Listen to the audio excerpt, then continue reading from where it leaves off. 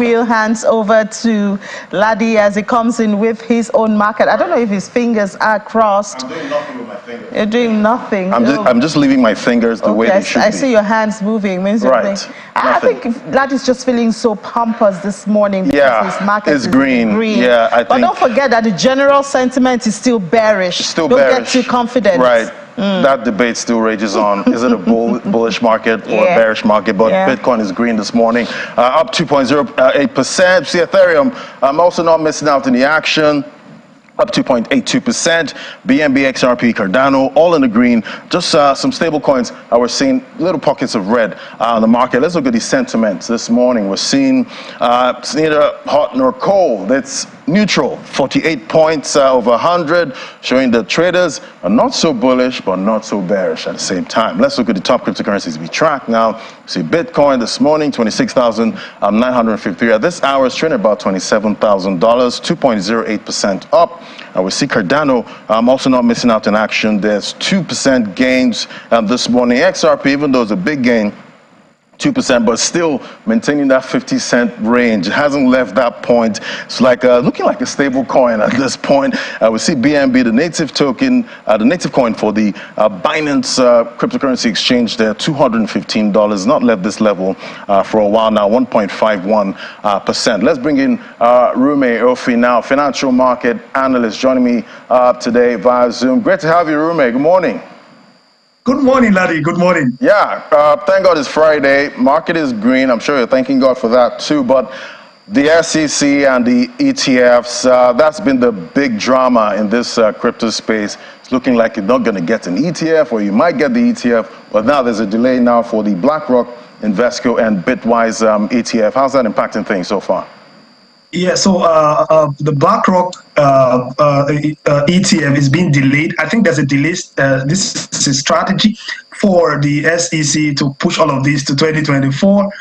It is not the best though, but they need to get some clarity. Some days ago, the SEC chair was invited to Congress, and all of that is geared towards clarity, because the SEC now is taking certain laws, certain powers into their hands that is not supposed to be. So there need to be some clarity for them to abide by. But I see some really green hopes coming towards the end of the year to next year, hopefully, which is also a year of the US election. So a lot of persons are saying that this administration didn't favor the entire crypto space, but hopefully something else can come in at the end of the day. But that's not to say that we don't have challenges. You can see what happened earlier this week at some point where Binance actually left, totally left Russia for COMEX, another exchange platform, because of compliance issue. All right, Rume, let me ask you this. Let me ask you this, Rume. Let's just imagine for a moment now we get an ETF approved in the US. Does that translate to a mega pump for Bitcoin? What are you seeing? Yeah, so that narrative is really valid. It could translate to a mega pump, really, because it gives investors confidence that this asset is backed and they can invest a certain amount of their portfolio. BlackRock is the biggest asset manager in the world, and them getting involved in, first and foremost, this industry is a point of call that there's something really interesting here, because no platform wants to go and invest or involve themselves with something that they're not having clear pathway towards. And it is a clarion call that everyone involved in this industry right now need to have some huge amount of knowledge that is getting them towards where they need to go.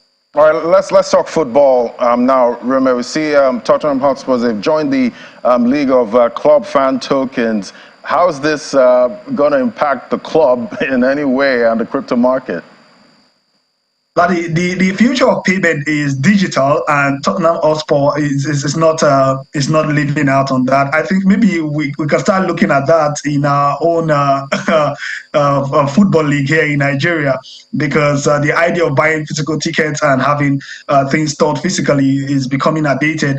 We need to stop the idea of trying to make sure we catch up where other rest of the world are actually moving ahead of us. But for Tottenham Hotspur, that is actually making sense. They are listing on the Chile's layer one blockchain for their fan token, and other platforms football club have actually done that in the past, which means that fans are going to buy their tickets using digital tokens. It makes a whole lot of sense, and that have actually brought more interest in digital payment, which is the way the world is headed, and we can't afford to be behind. This is a very good development for the club, and other clubs are going to jump on that in the English Premiership. Right, and I wonder if that's going to impact if they're going to win their coming games. Maybe, Rume, you can give me some short games for the weekend. Maybe, Rume. All right. That's gonna bring some sentiment from the crypto community to look towards now. Maybe Spurs might win their next match. Right. Thank you so much, Rume. Always great having your perspective. Thank you. Thank you, Ladu. All right, now let's flip over to top gains. Topping that counter at 14.18%, double-digit gains. That's what we're seeing there. Meme coin, new addition to the meme coin community there, 11.29%. Arbitrum, 90 cents, 8.96%. Single-digit gain, but still big at this point. Let's look at the top losers now. We see the GT token there, that's the one for the centralized exchange. That's trading down 2.75%. XMR, $145. So that's how the market is looking. It's neutral. It's not bullish, not bearish, just somewhere in the middle. All right, and has a touch of football, I see. Yeah, touch football. Okay. Any short game for me this weekend? Not from my end. Exactly. All right.